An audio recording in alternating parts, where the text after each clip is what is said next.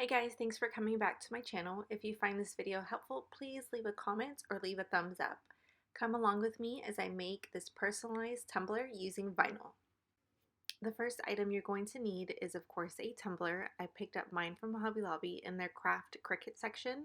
They have a variety of different colors, but any hard surface tumbler will work just fine here. Okay, this is where you get to have a little bit more fun choosing your permanent vinyl.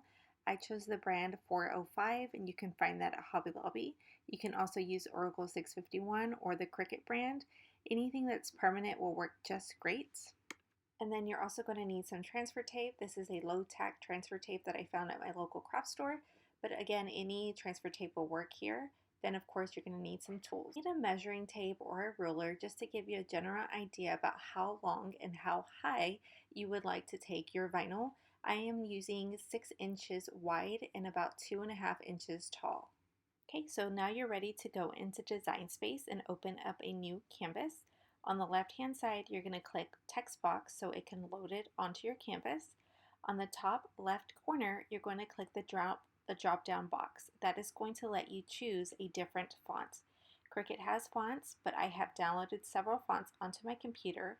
So on the top, you're going to see where it says System, and that's where you can manually type in the name of the font, and that will change it on your canvas.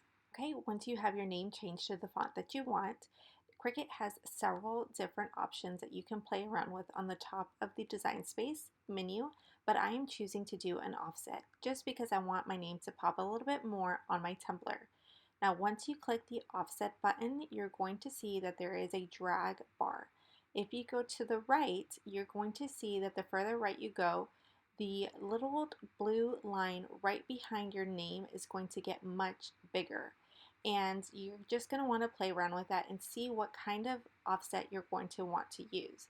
I want it to be just a little bit bigger than my name, so I'm not going very much further than the middle. So that blue line behind your name is the guide, letting you know what your offset will look like once you do cut it out.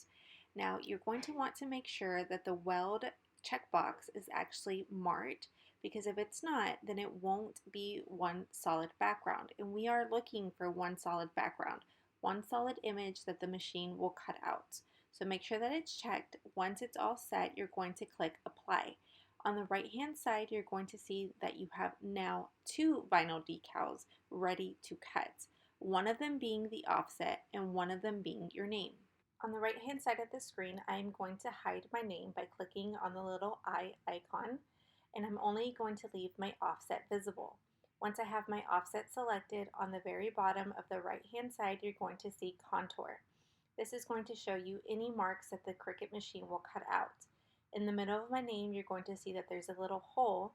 That hole will be cut out unless I click on hide all contours, which is what I would like to do because I only want one solid background image. Once I have hidden the contours, the next thing I'm going to do is change my offset color to a solid white, because that's the way my vinyl decal will be when I cut it out.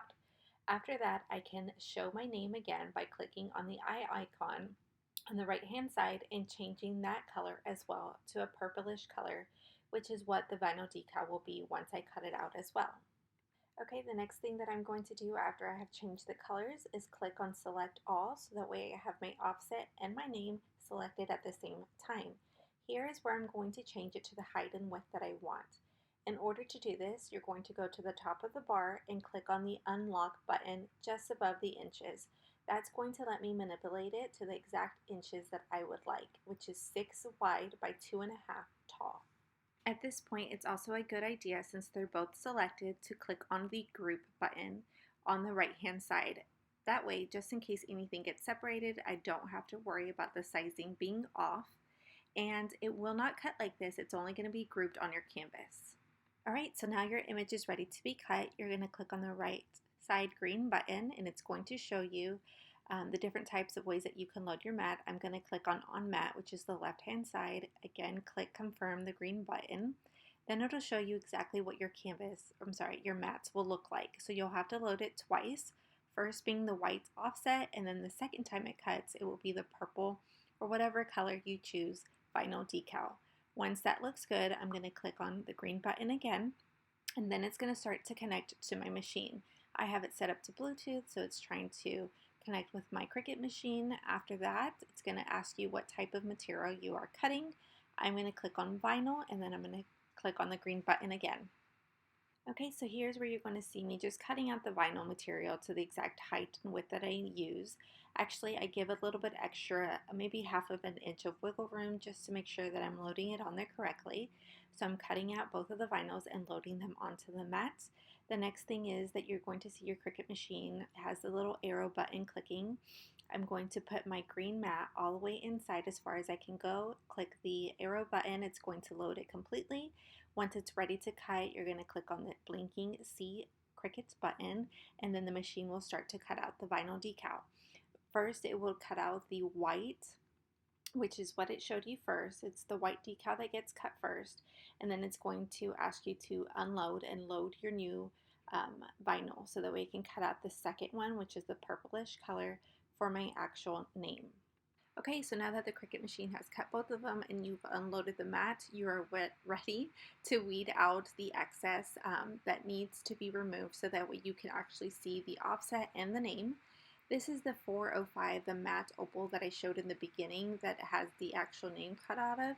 I am having some trouble with it. I've never used it before, so I can't tell you that this is what happens every single time. But here in particular, the little dot above the J is not wanting to stay on that white background. It's wanting to be removed with the rest of the dead space. So I am taking my weeder tool and holding down that little dot so that way it stays in place, and I'm slowly removing away the rest of the vinyl. And I will say that that did happen a few other times. I just had to hold down that space that's wanting to be lifted up with a weeder tool and slowly remove the rest.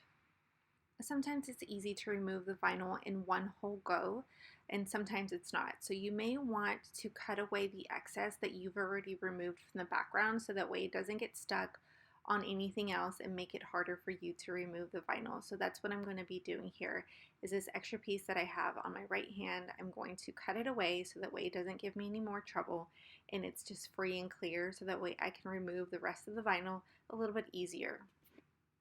Again, you're going to see where a few of the pieces want to get lifted up when I'm removing the background. So again, I'm using my weeder tool, holding it in place and just removing it very slowly. Slow and steady with this vinyl or any vinyl that gives you trouble is what you're essentially going to have to do so that way you don't mess up your beautiful decal.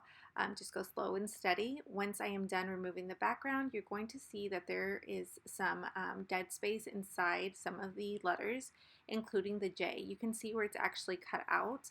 If you just look at it very closely, you'll know where to put your weeder tool so that way you can remove that and leave behind the little opening. Okay, so now that you have both of those decals weeded, you are now ready to transfer it and layer your vinyl. There is a different way to do this, but I'm going to show you where you take the top image that you want to be seen first and put that on the bottom image. So here I'm taking a piece of transfer tape that is just the right size. I'm going to put it directly onto the name that has been cut out, and I'm going to use the Cricut squeegee tool or any squeegee tool to really adhere it to the transfer tape. I will say that this transfer tape is not as strong. It's perhaps a little bit old or just not strong enough to hold down this image onto it even after excessively squeegeeing it. So here's what I'm going to show you what to do. What you're going to want to do is put the transfer face down, meaning you are looking at the white backer and the transfer tape is laying down on the table. You're going to hold the transfer tape down at the very corner with your hands, and with the other hand, you're going to take your squeegee tool, putting pressure as you are removing the white backer. Again, this is a slow and steady process, but it almost always works anytime I have trouble lifting the image with just the transfer tape. So put pressure as you're removing the white backer away from the transfer tape, and you're going to want to make sure that it's coming along. So just check your process and go slowly. After that has been done, you are ready to put it directly onto that offset. So you see me here just making sure that it's nice and lined up. Again, go slow, because once it sticks, it's kind of hard to lift it. So just go slow, line it up, and then once that's done, you're going to press down firmly. So use your hand to press down firmly so that way it's nice and stuck on there. After you have lined it up, And then you're going to want to grab your squeegee tool and just press down all over so that way the two decals are stuck together. I like to use the squeegee tool multiple times and in multiple different directions to try to get it to stick to that transfer tape. Again, I did have some issue with the transfer tape lifting up the decal, so I had to put it face down, meaning the transfer tape is laying directly on the table and the backer is facing you. I took my squeegee and again put pressure as I slowly removed it. The next thing you're going to want to do is make sure that your vinyl is going onto a clean surface. There's different ways that you can do that, just making sure that it's clean, or you can put it directly on there. You can use a lint roller, you can use alcohol. If you're not comfortable using alcohol, then do not use it. I am putting it on the bottom of the tumbler just to make sure that it's not going to be faded once I do put the alcohol directly onto the outside of the tumbler. That it doesn't mess up the coloring. So I'm just going to give it a quick clean, and the next thing I will do is let that dry. So now that it's been drying for a couple of minutes, you're ready to grab the decal and put it on the tumbler. You're going to want to line it up, just kind of eyeball it and see exactly where you want to put it. Try not to let the vinyl decal touch the cup because it is kind of hard sometimes to remove that if you need to readjust. So use a transfer tape if you kind of need to let it stick on there for just a little bit. Once I have it where I want, I'm going to start putting pressure, starting with my hands in the middle. I found that by doing this, I'm creating very little bubbles and no wrinkles. If you do need to adjust it, you're going to want to pick it up and move slowly, just because you don't want to create a bigger mess or actually tear that decal. So once I've done that with my hands, I'm going to grab the squeegee, and you know the drill. Multiple different directions, pressing down with your squeegee in multiple different ways. Once you're done, you're going to remove that transfer tape and you are ready. Now, I do let mine cure for about 48 hours, but it just looks so lovely and you've done such a good job. Congratulations on making your first tumbler.